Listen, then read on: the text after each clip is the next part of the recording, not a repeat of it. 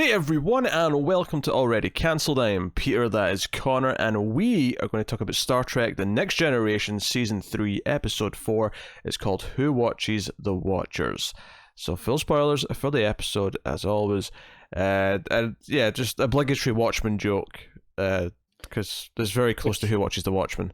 Yeah, I'm pretty sure you made that at the end of the last episode as well. I did, but I'm just... Well, that's why I'm not really cracking a joke so much, as I'm just saying, okay, acknowledging it, let's move on. We've mentioned it. So, yeah, this episode, so as it was starting, and I remembered kind of the premise from what we'd said last week, because we was obviously ahead to the next one. And the episode's starting, and they talk about this planet, Mintak, and how it's like a proto-Vulcan culture, so it's like a little group of Vulcans. Is it? Do you know what I like about this, actually, this premise? Is that so many of the planets we've encountered a primitive race, or a primitive people, have all been offshoots of humans. I kind of like that for once we found one that was an offshoot of another race that we've encountered. So small touch, but it's nice. Yeah, I appreciate that. But the episode's starting, and first of all, I didn't know Ray Wise was going to be in there. Leland Palmer's running around with the Vulcan ears on, which was distressing me, especially since he was running around with his daughter. So I was getting all these weird Twin Peaks, like crossing the streams moments. But I'm starting the episode, and I'm like, okay, we've got like a sort of primitive culture, and as always, we're doing Prime Directive stuff. We can't interfere. And obviously, the whole plot of this episode is that unfortunately, Ray Wise, his Mintakan Vulcan, they never call them Vulcans. Once after the narration at the start, they explains they're an offshoot of Vulcans. They always refer to as Mintakans, so I guess we'll stick to that. But Ray Wise kind of catches them because they're here. There was like an observation, a research post that was sort of in hiding, sort of some like holotech sort of on the cave or the rock walls, so that they wouldn't know they were there. But there was a problem, so the Enterprise comes in to sort of save them. After they have some sort of malfunction, there's like sparks flying and half of them are knocked out. And unfortunately, Ray Wise, the Mintakan, he sees the away team and falls, hurts himself. So Crusher makes the choice to beam him up to heal him, to fix him.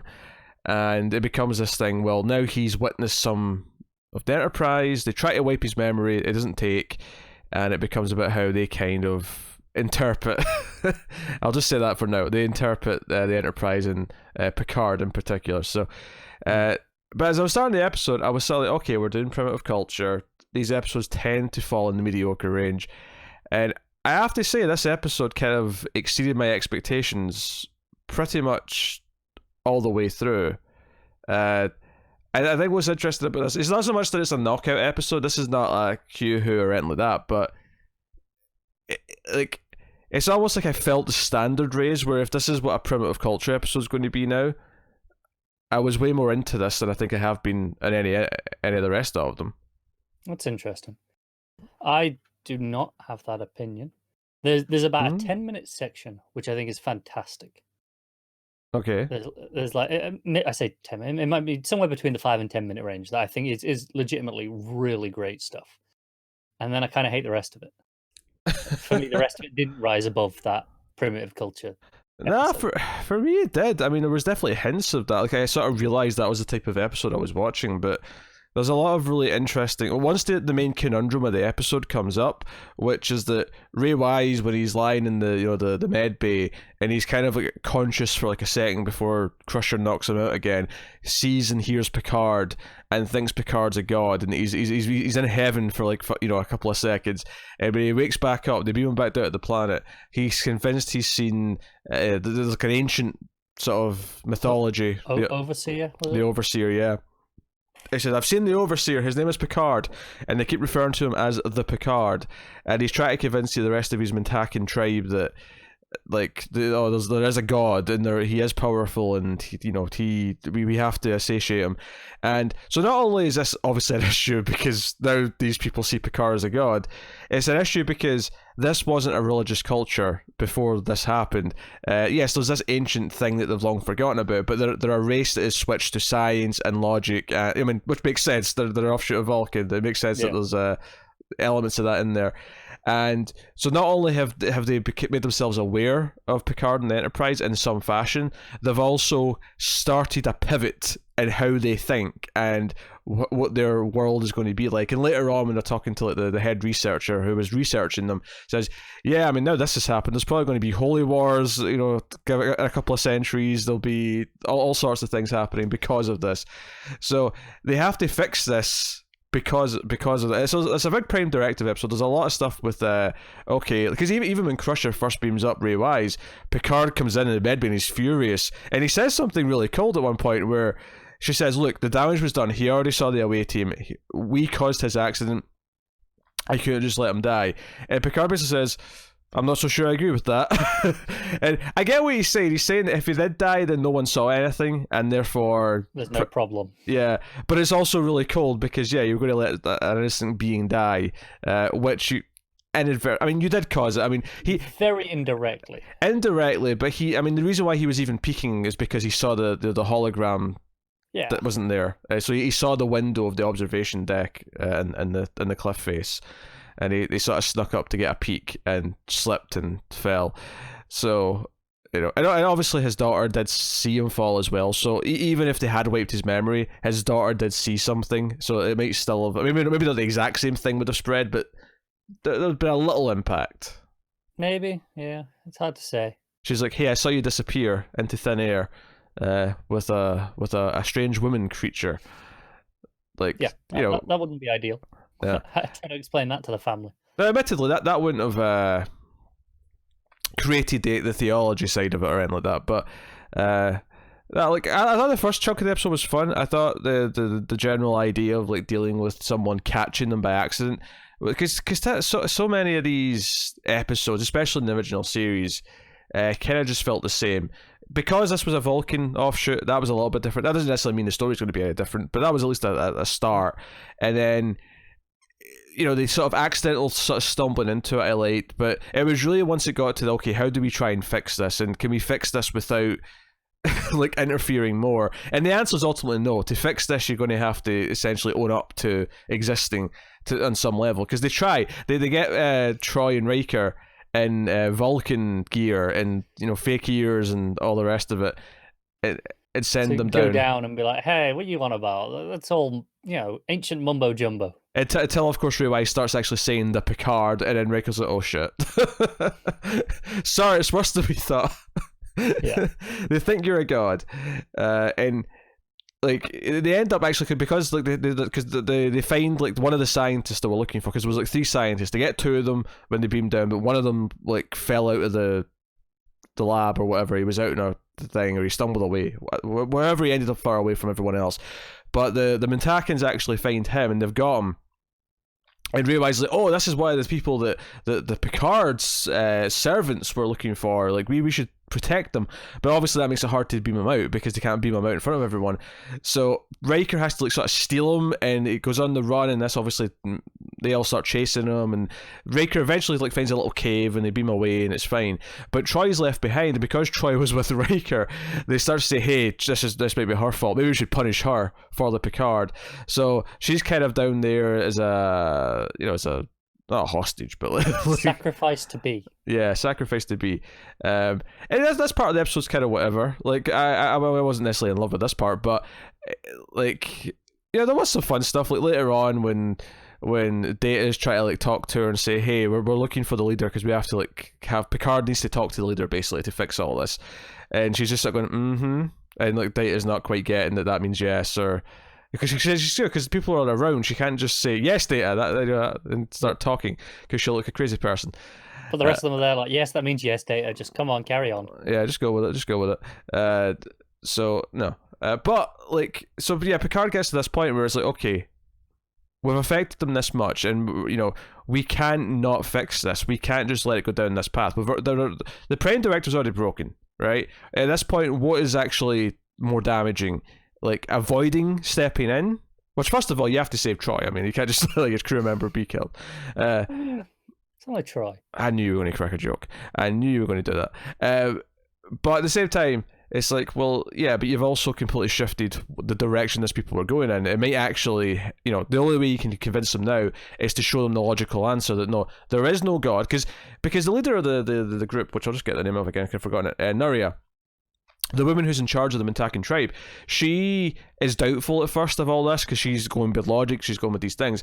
But once enough stuff happens to suggest that Picard does exist, she starts to shift as well. It's like, okay, well now she's shifted, they are on this path to this more theology-based system. And so Picard makes the call of like, well, let's bring her up here and show her how it all works. Let's show the science and try and make her understand. And I assume this is the part you like, because this was my favourite part of the episode, is when she's on the ship. It was, and a little bit before, actually, when they're in the conference room, and the researcher is explaining, going, hey, look, they're going to have holy wars and whatnot. The only way to fix this is if you go down there as the Picard, be the god and give them commandments, essentially. Give them a Bible to live by, and we can kind of avoid some of this. And then Picard getting really passionate of being like, absolutely not, I will not send them back down that path. I did quite like that moment. Yeah, that was a good moment. I like that as well, because that was him saying no, because that's still a theology path. That's still sending them down. Because do you know what it was making me think as I was watching this scene in particular, that this airing in like 1988, 89, whenever this season was airing, like just how kind of far ahead of its time it was in terms of. I mean, nowadays it's quite normal for TV shows and movies to be very sort of open with their atheist views, or like not all are still obviously movies with religious bents and things, but like I feel like when this came out, like this scene here where Picard outright says, we get over our superstitious nonsense, like I feel like that was probably kind of a big deal when it aired, like to have a character just openly say that and say no, this was wrong, and we finally got over it. This is probably why Christians hate Star Trek, isn't it? It probably is why Christians hate Star Trek. Now, as an atheist, I'm on board with all this, but I was thinking about it as he was saying this, that like this is very in your face, and Star Trek, even the original Star Trek show, by its nature, kind of leaned towards this, but without ever saying it, without ever like outright having Kirk say something like that. It just had a distinct lack of religion. Yeah, so like I thought that was quite interesting, but. I loved this section. Like for me, this is like, I mean, it's not that I was in love with the episode before. Like I was really enjoying it, but this next 10 minutes from this discussion to her being on the ship, all of this stuff I absolutely loved. Him trying to explain to her, through stuff she would understand. Like, hey, so you once lived in caves, and then you eventually learned to build huts and you built arrows and things like that. Imagine if you went back and showed to a person of your kind who lived in the cave, what would they think of you? And tries to make the point that, yeah, it looks like magic. It looks like you're doing things that you can't comprehend. That's all this is. Because we once lived in caves, and then we built huts, and then eventually we built ships like this. Yeah, and I like, what I really like here is that she seems to be understanding. Like, she is putting these things together as the conversation goes on. He's not just giving her the answers. She does seem to be following the train of thought. Yeah, and then it gets to the end, and it's just like, you didn't take any of that in at all, did you? Well, yeah, there's a moment after that where she kind of hasn't taken it in, because she asks him to bring back some people back to life, right? She thinks he has that power, and he's like, no, I can't do that. Like, this is not possible. And to prove it to her, he actually takes her to the med bay where one of the scientists from who they got earlier, two of them are up and running again, but one of them is critical and one of them dies.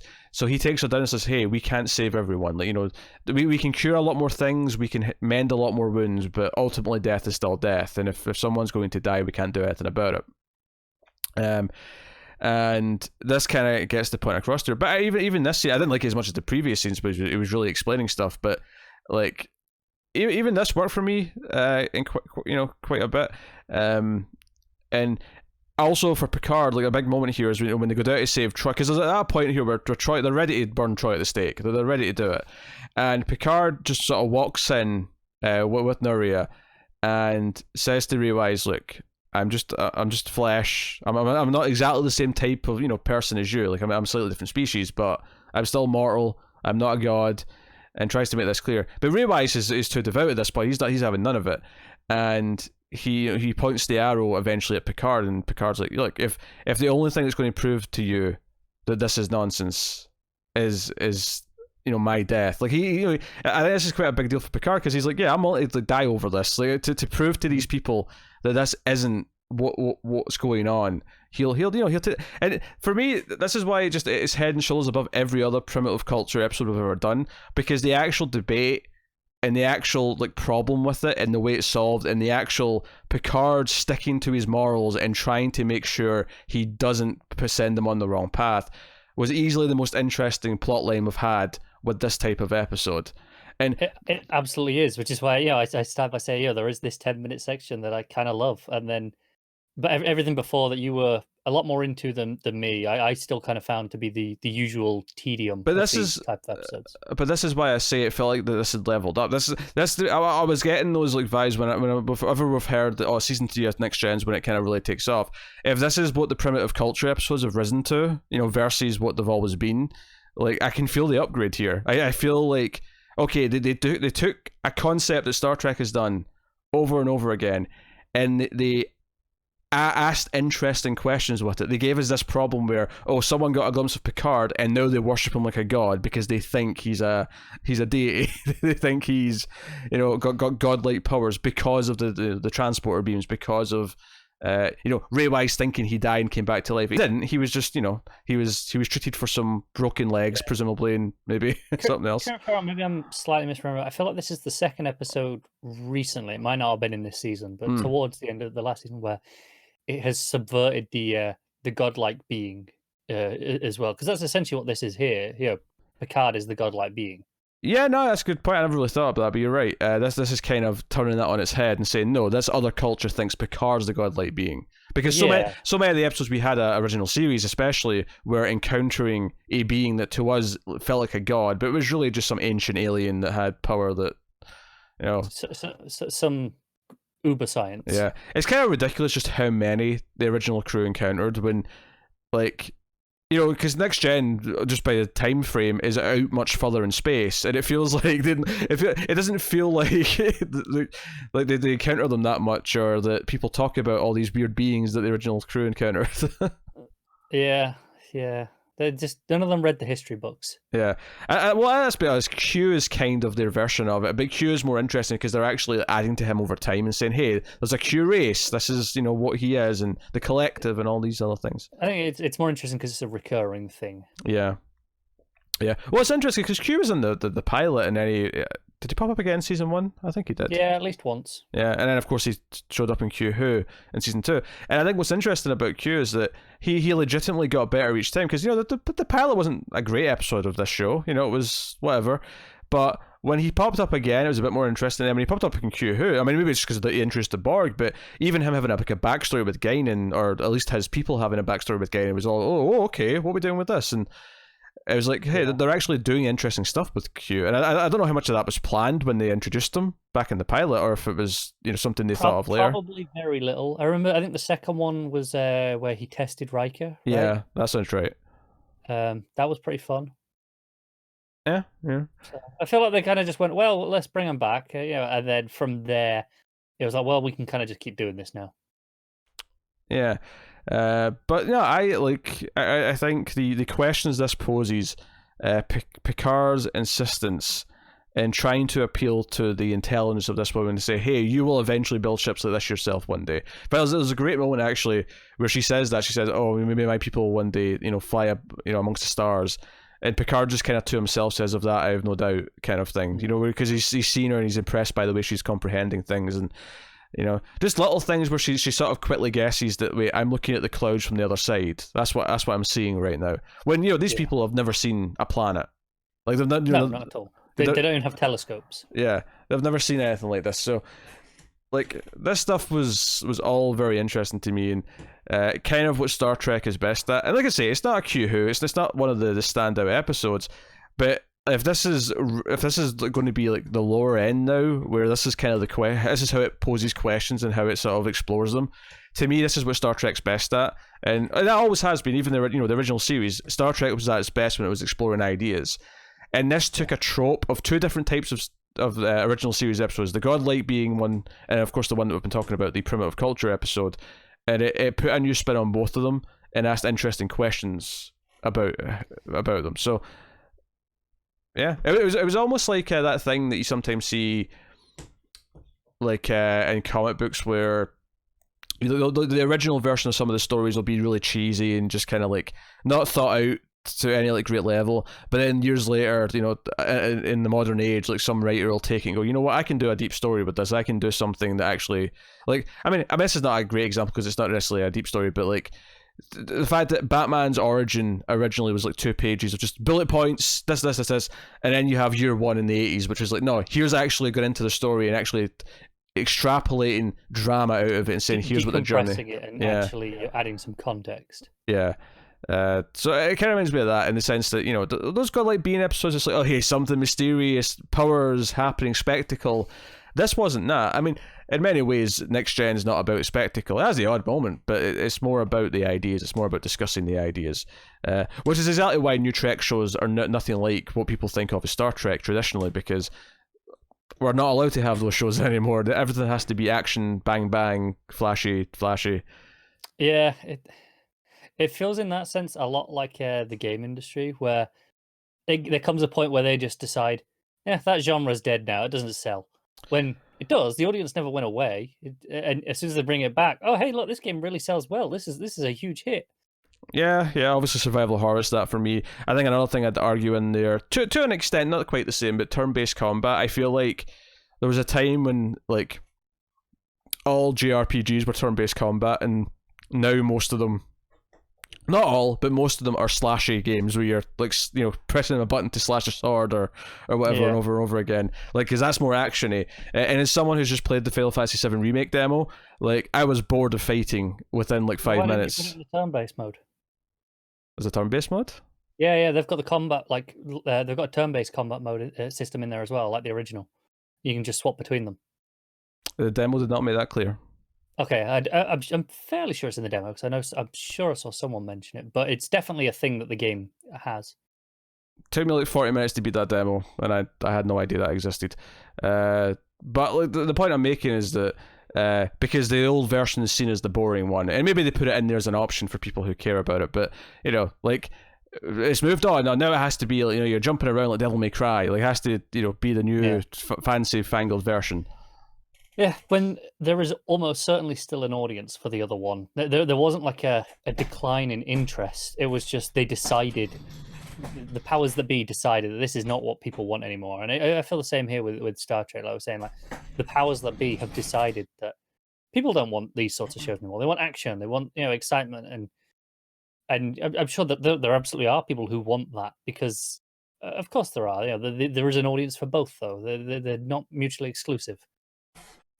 Yeah, and maybe to an extent, Star Trek was the way it was because, okay, there's only so much action, flashy stuff we can do in TV in the 60s or the 80s, or, you know, like whenever. Like, TV, by its nature, did not lend itself to what TV can do now.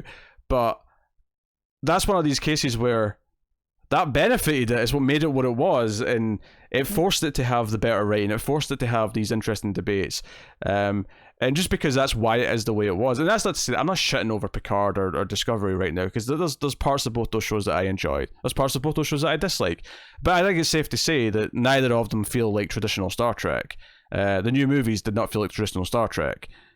No, I'd say that there are the back half, or about 2/3 of season 2, did feel fair, of Discovery, that is, did feel like Star Trek for the most part.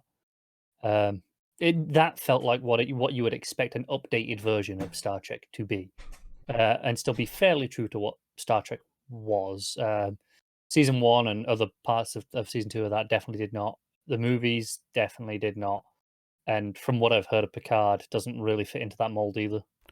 What's so funny about it is that if you think studios would like the idea of, like, having their budget, because you could see if, like, Picard and Discovery were more like original Trek, and I'm not saying, like, make the effects look bad, I'm saying that the shows we were describing, like the classic Star Trek shows, would require half or maybe even a third of the effect shots that these shows have. When you think of all the space battles that they've thrown in there, or you think of all the other things that they've done, like, you could literally half the budget and not harm the quality. If anything, the quality might go up because it forces the writing to be better, because it forces all these other things.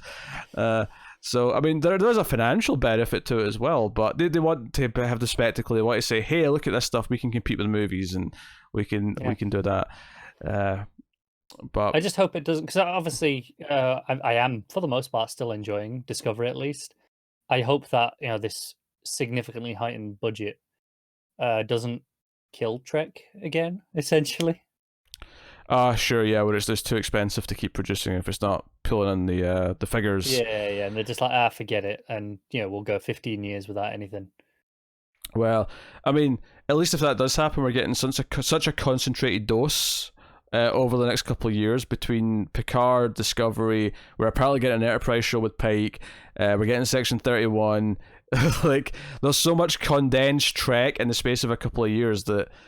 Yeah, I think I read this week they're actually doing they've internally greenlit season 5 of Discovery, and they want to essentially just go straight into shooting it immediately, because I think season 4 has pretty much finished shooting. Season 3 is obviously finished shooting. That's coming soon.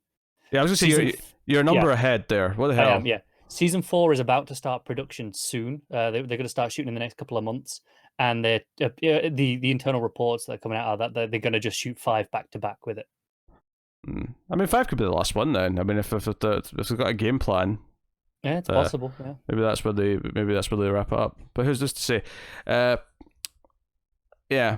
But I like this episode a lot. For me, this felt like a proper Trek episode.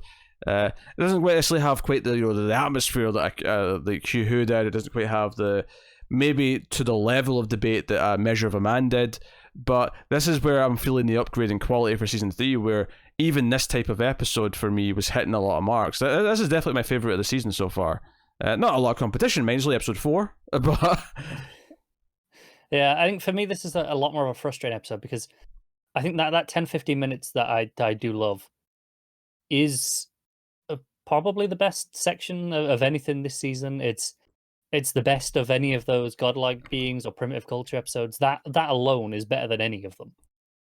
But it's so, for me, uneven with the rest of the episode that it's hard to rank it overall as an episode as particularly strong, because even though that bit is fantastic, for me there is still 2/3 of it is the tedious kind of here's the by the numbers section that I didn't really care for. I don't know. I didn't feel like it was by the numbers. I felt like it was a natural progression to me, but I guess it's down to taste. Although it's worth mentioning, the IMDb average rating does seem to side with me, because it's got an 8.1. So no, fair enough. Yeah. So I think the peoples in general are more on my side, but it is what it is. I like the episode quite a bit, and I am very happy to be in season 3. If this is kind of where these types of episodes are landing, where I'm like, I didn't realize I could like an episode about this sort of subject as much as this, because I'm conditioned at this point to think they all suck, or at least at best are mediocre. So what's coming up next time? We have The Bonding. A startling surprise awaits the crew of the Enterprise when a mission costs the life of a crew member who left her son behind. Okay, all right. We'll see. Yeah, that doesn't actually tell us that much of what to expect. It doesn't, no. Is it going to be a really sort of downbeat episode because everyone's going to be kind of mourning, and it's going to be sad? Or there are some of these descriptions where I get a sense of, I know kind of the tone to expect of what this is going to be, or maybe what we're dealing with, like primitive culture. Maybe I get an idea of it's kind of one of those things. This I've got nothing. Yeah. So yeah. But yeah. So that's The Bonding next time. So yeah, we talked about who watches the Watchers, which I never really mentioned actually. That I think about it. But yeah, obviously Picard gets shot with the arrow. He doesn't die though, because they realize his daughter kind of pushes him, and he gets hit in the shoulder. They see the blood, and that's kind of enough. There's that nice little scene at the end though, where Picard's kind of saying goodbye to them, and they're like, "Hey, never forget us." And he's like, "Oh, I never will." Like, they acknowledge that this group of the race knows that the watch post is there, and they'll be watching for God knows how long, but they can't interfere, and they just have to pretend they don't know they're there. Yeah. So, no. There you go. So let us know what you think of Who Watches the Watchers in the comments below. You can like and subscribe, all that stuff. Get us in the Twitters at mailed_fuzz for channel updates. If you want to support the show and everything we do, head over to patreon.com/mailfuzztv, and you can support us for as little as $1 per month. Get some bonuses for your troubles. $5 tier gets you early access to a bunch of stuff and some voting rights. So go and have a look and see if you're interested. But otherwise, that is us. So thank you once again for watching or listening. We always appreciate it. Keep watching TV, guys. Keep watching Star Trek. And remember that when it comes to the ladies, Wesley Crusher is in complete control.